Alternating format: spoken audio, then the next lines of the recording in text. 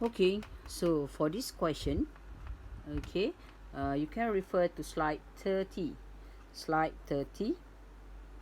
Okay, so look at the question first. A rectangular frame with length 48 cm and width 29 cm is made from a piece of wire. Okay, dia dah sebut kat situ, rectangle itu dibuat daripada wire. If the wire is used to form a circular frame, find the radius of the circular frame. Okay. In other words, so kalau kat sini 48 rectangle, kat sini pun mesti 48. Kat sini pun mesti 29. Okay. So wire itu sebab dia kata form a circular frame. So wire yang dia ada ini, okay, wire yang dia ada ini akan pergi ke circle.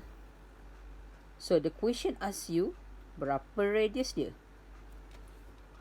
Itu soalannya. Okay.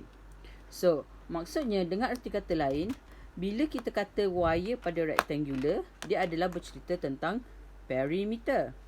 Okay. So perimeter rectangle. Perimeter of rectangle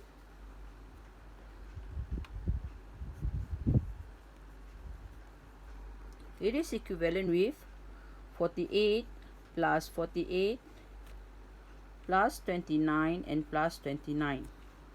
Okay, so the total up of the perimeter is 154. Okay, 154.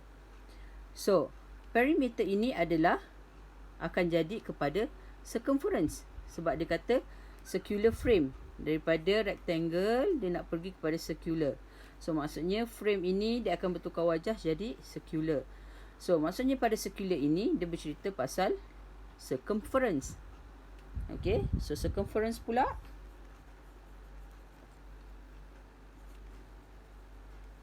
so kita dah tahu circumference dia 154. Yang kita nak tahu adalah berapa radius dia. So 154 it is equivalent with 2 pi r. Okay, 2 pi r. So just substitute the value, any value of pi. So it is equivalent with 154 equal 2 times 22 over 7. Okay, times with r. Okay, so kat sini you akan dapat 44 over 7 darab dengan r. Okay, so 44 over 7r dia adalah 154. It is equivalent with 6.29r.